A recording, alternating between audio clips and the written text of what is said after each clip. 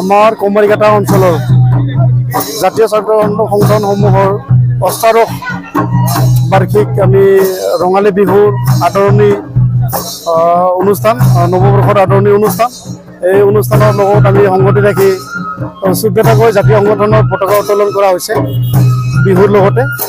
ইয়াত 14টা জনগোষ্ঠীয়ে নিজৰ নিজৰ দৃষ্টি প্ৰদৰ্শন কৰিছে। দৃষ্টি প্ৰদৰ্শন কৰাৰ উপৰিও আমি ইয়াত জ্যেষ্ঠজনক সেৱা জনাইছোঁ আৰু এই অনুষ্ঠানৰ জৰিয়তে আমি এই কমাৰিঘাটা অঞ্চলৰ আমি বিভিন্ন জাতি জনগোষ্ঠীৰ মাজত এটা একতাৰ এনাজৰী আমি এই অনুষ্ঠানৰ জৰিয়তে বাৰ্তা এটা দিব বিচাৰিছোঁ, যাতে আমি এই অঞ্চলত এটা শান্তিৰ এটা আমি যে একেলগে বসবাস কৰি আছোঁ আৰু এই একতাৰ বন্ধনটো আমি সদায় ৰাখিব বিচাৰিছোঁ আৰু সমাজখনক একতাৰ এনাজৰীৰে আমি আগবঢ়াই লৈ যাব বিচাৰিছোঁ। গতিকে সকলোকে বিহুৰ শুভেচ্ছা জ্ঞাপন কৰিছোঁ।